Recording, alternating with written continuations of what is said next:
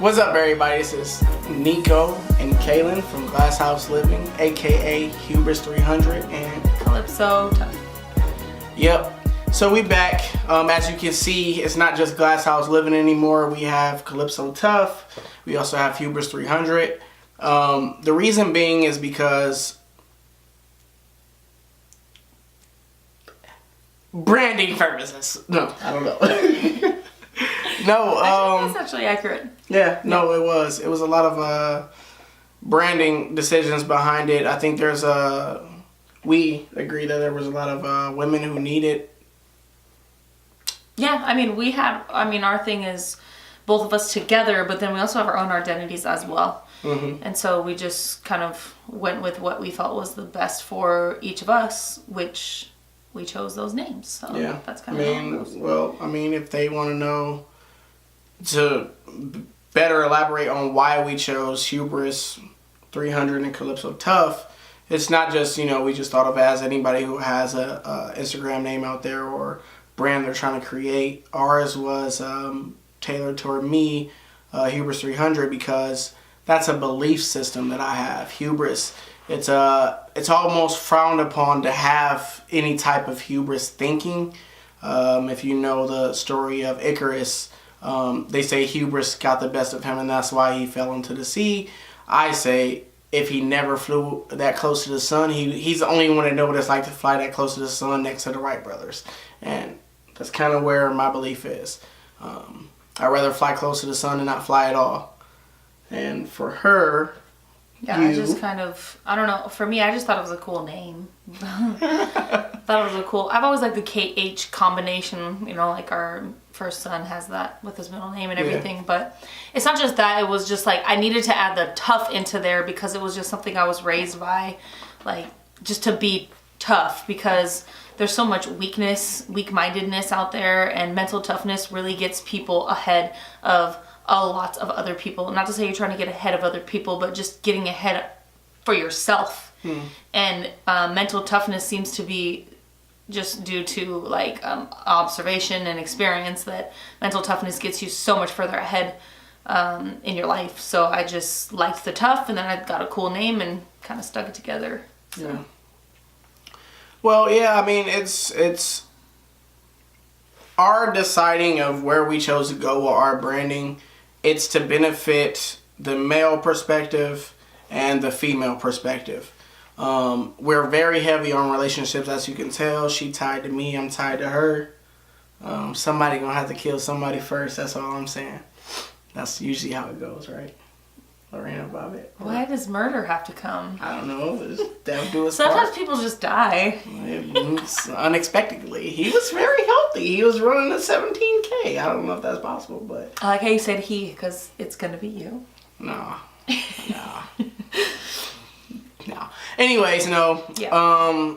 So, for the new followers that we have, both for Hubris and Calypso Tough, you may not know much about us. We originally started off as Glass House Living. What you are hearing right now is Fly On The Wall. The perspective of this podcast is to give light on certain subjects that may not have the right messaging or information.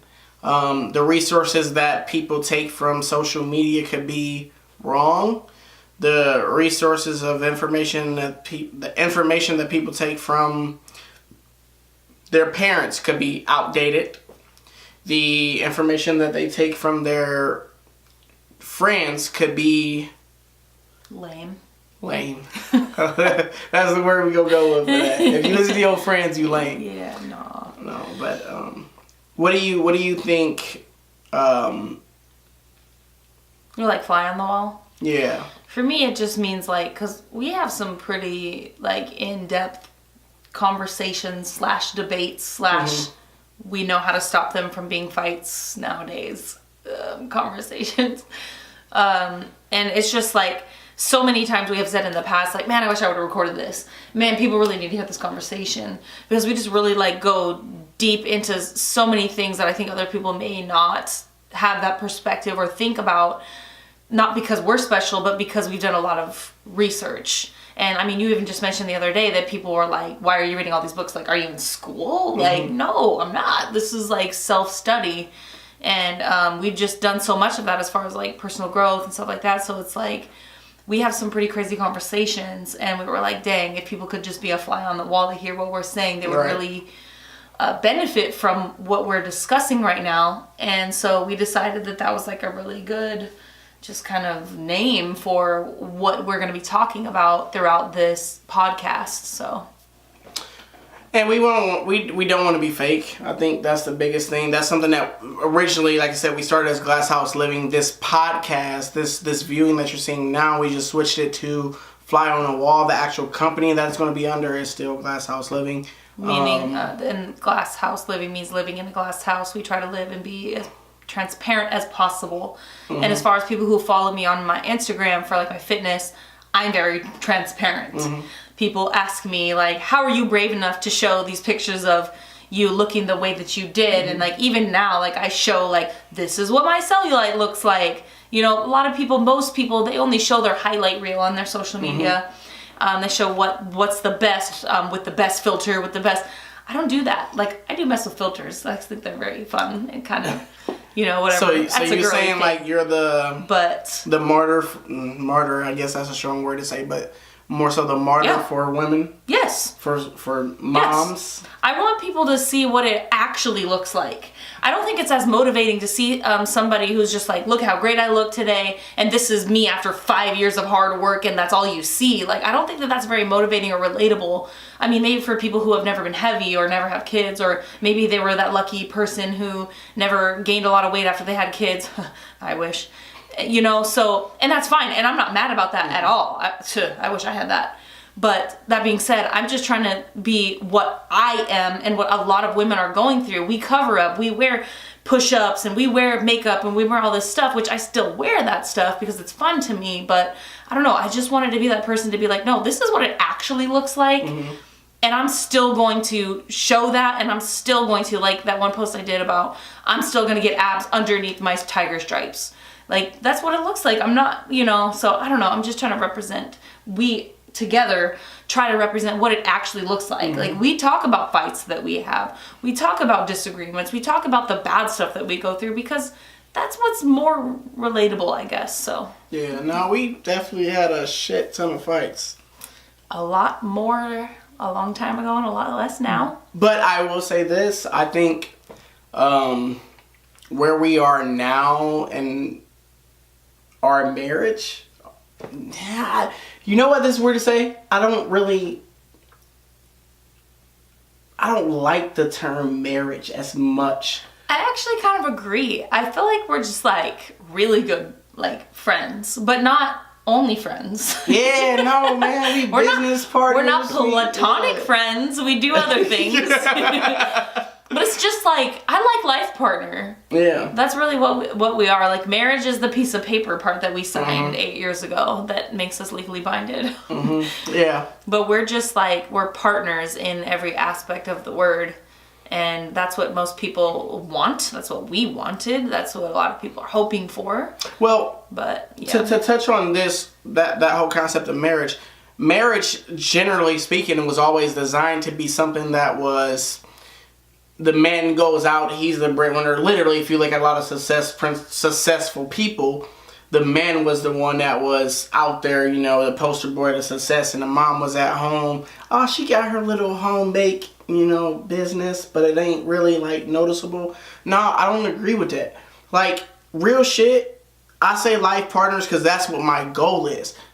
And you know how I feel about it. If we ever, like, for whatever reason, we're not together in the next year or so, which I doubt. That sounds like a plan. No, I know. You know what I'm saying? But this is you know what I'm saying? I know what you're saying. The way I always thought was, if I'm going to be married to anybody or with any female, I need to make sure that I give her all of me in the hopes that she can be better than me than when she first met me. A lot of women, because I think a lot of women, that's usually a female's trait, is to try to fix the man to get him to higher plights, not hoping that he leaves. But if he did leave, that man would be better off. And it's the same for you. Like, I wouldn't want you to have a shitty, second half. Like, honestly, I already told you I want you to be depressed past that point. But no, I really want, for the purpose of Calypso Tough, was I wanted you to have something, we wanted you to have something that represented more of the female dominant traits in society, because I feel like society has done a very fucking good job of telling women what they can and can't be. Absolutely. And I don't agree with that. People what they can and can't be. That's true. And women is one of those categories. But the other thing about me in general being with you is that I am naturally a woman who already is kind of takes control and wants to do things and wants to be, so it's not like you were like, oh yeah, you should do this. And I was like, oh really? Like, like painting that picture where, I don't know, for me, I'm just like, this is me. Like, yeah. It's partly, and it fit. It's partly how I was born. I think it's naturally innate in me to be that way, but also it was how I was raised to never depend on anybody to get what I need, and what came negatively from that was that I needed to learn to depend on somebody a little bit, because to be over independent as a woman actually pushes away a lot of men, because it's like they need to feel needed. Who doesn't need to feel needed? Anyways, that's a whole different subject, but it just kind of, for us, it kind of came together like a puzzle piece, because you kind of wanted that and I kind of wanted that, and so it kind of went that way. But at the same time, I also learned how to, for not stereotypical, what's the word I'm thinking of? Cliche. The woman needs to be the neck that turns the head. And that was something that I learned and got better at over time. Yeah, definitely. a lot of time. Yeah. But it's not to say that, that's where I come in, because, we had our valleys. Yeah. Well, the thing is about especially someone that's kind of a tough woman, like for me anyways, it was like, and not to say it like that, because you were in your rawest form, you're very dominant and you're very good at being in that position of power, but you had a lot of growing to do when I first met you. And so because of that, a lot of women out there have a hard time with their man because they're not someone to follow. You know what I mean? Like, a lot of men are like, well, she should be my, but you're not doing what you should do. You wrote into what I was just about to say, actually. Sorry, go ahead. I'm gonna elaborate on that. But you see what I'm saying? Like, you were, like I said, you in your rawest form, I knew that was your potential, but your behavior was not equating like that. And so I automatically took in the dominant role per se in a lot of fashions, not in the whole situation, but in a lot of fashions I did, because I kind of felt like I had to do that, and also because it's part of my nature. And so when you started to become more of a man through personal growth that I wanted to follow and that I could follow, I had to learn on my own how to allow that to happen. And this is just our dynamic. Everyone's dynamic is very different. There are women who are totally the opposite, and men are totally the opposite, where women need to learn how to speak up a lot more, and men need to learn how to listen to their wife a lot more. So, we just have the dynamic that we have, and we can only speak on that per se from experience. But yeah, anyways, what were you trying to say, though? No, the whole identity behind hubris, is number one, to have confidence in yourself. This goes for people in general. To have confidence in yourself, to believe wholeheartedly that what you're doing is what you want and are meant to do. Everyone, I don't care what you believe or what you think. When you were a little kid, you wanted to be yada, yada, yada. You have to go out there and you have to fail at that to make sure that yada, yada, yada is actually wrong. Because what's going to happen is, when you're in your deathbed, you're going to be like, damn, yada, yada, yada. Sure, so it sounded a whole lot better than me sitting here shitting on myself because I can't afford health care because I stayed at a job for 50 years. I am very against jobs. You will know. Yes, he is. Jobs for specific reasons. employment. Yeah, but working under someone, letting someone else Right. control your decisions. But back to the whole point you were alluding to. Men, I try to preach a lot in relationships because men want relationships too. A lot of motherfuckers sit there and say that they don't want relationships, and they do. Nobody wants to be alone. And for those people who want to be alone, they still find some weird outside source that fills it. Yeah. And I think the true reason is they don't want to be alone, but they just don't know how to deal with being with somebody because they don't have personal growth, but also the people that they're with don't have personal growth. Neither of them are willing to admit that they need it, but everyone needs it, and you get that situation from there. So so back to the hubris thing too. When it comes to that mentality, it's something I take very serious for men, especially in relationships. I mean, I'm coaching a couple people right now, and I try to keep explaining that, I was, like, they look at me now and they say, a lot of men look at me now and they say, like, damn, you got your shit together, like, you and your wife, you're happy. I'm like, don't believe the hype. Like, it ain't always been that way. And it's not always that way. Nope. It's never all that way. Nope. But I knew I knew where you were though. That's the difference though, because people say, a lot of people glorify this whole, the ride or die. He was that too. Like he was so messed up, but we figured it out. And it's like, no.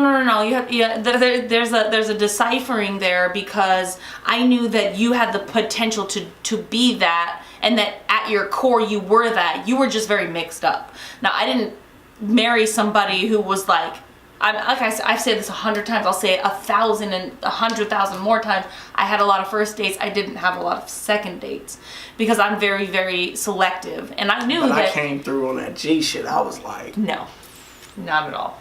Okay. No, that's disturbing. So anyway, so I knew that you had that in you because of your parents and because of other things that was instilled in you. It's just your behavior was kind of mixed up from some other stuff. A lot of other stuff. Yeah. So, dang it. Now I kind of forgot what the original point of me talking about that was. I don't know. But no. Anyways, yeah. As you can see, this is raw. The whole point of this is to be as raw as we can. We still want to give you as fly on the wall. Clear direction, but it is raw. So, okay, for like I said, those who know us, we've been away for a while. We were grinding it out. A lot of our focus at the time was on Facebook Live. We started to be what's the term for Google and the algorithms. The algorithms for Facebook. Oh, it's tough.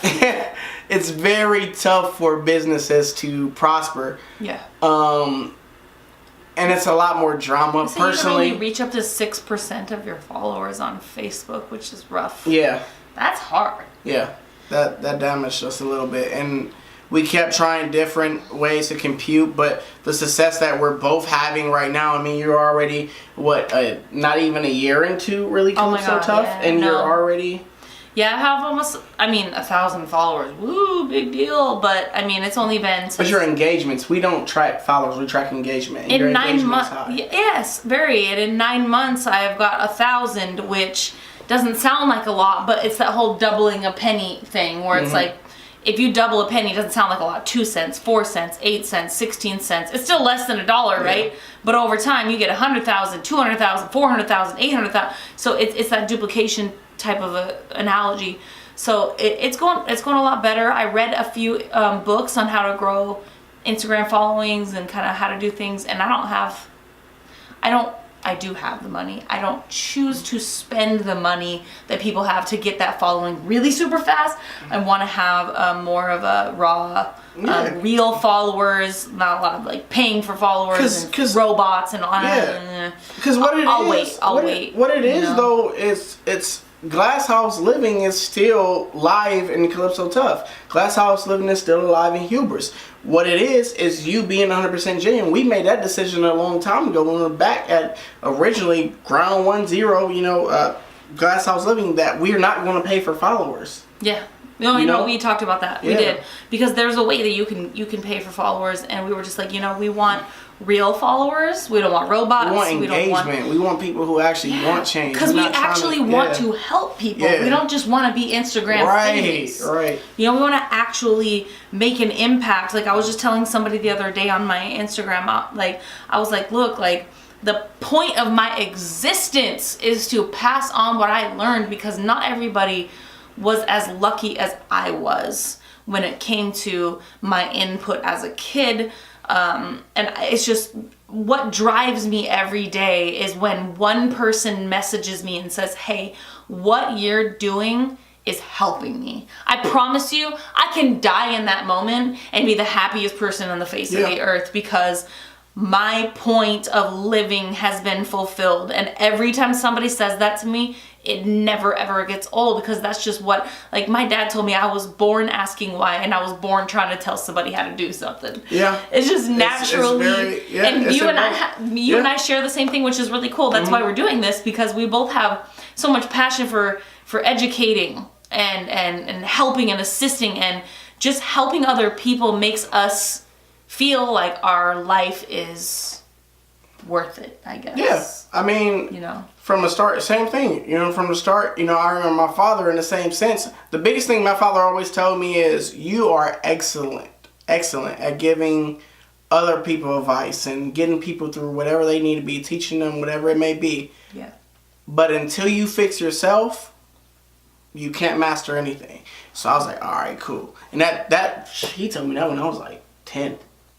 And that's correct, but when you take that seriously is up to you. Yeah, that is true. When you take it seriously. I did though, and eventually still, we did. Yeah. Lots of books. Yeah, it's still lots of books, and just self-analyzing yourself. I think a lot of people try so hard to avoid analyzing, or avoid those feelings, avoid those things that could change your life. Well, it's because we're our own worst critic. We don't want to hear what I was just telling somebody this the other day. We don't need anyone to talk bad to us. We can talk bad enough to ourselves. We don't need anyone to insult us. We insult ourselves enough as it is. Like, we're our own toughest critic. I told the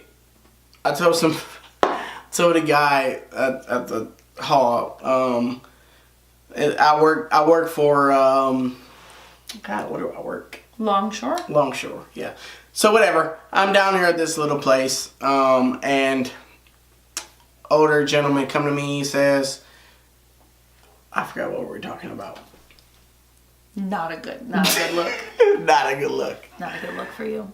I was talking about we're our own worst critics. Oh, no, I said, okay, so, I'm talking to this guy, and he comes up to me, or whatever, and I tell him, I said, look, the biggest thing that you have in relationships and life itself is that everybody keep trying to start these New Year resolutions, these new relationships, these new goals, but you keep coming into that same relationship, that new goal, that new habit with the same mentality that you had in the old one. It's like what's the common factor? Really what it is? It's you. Really what it is?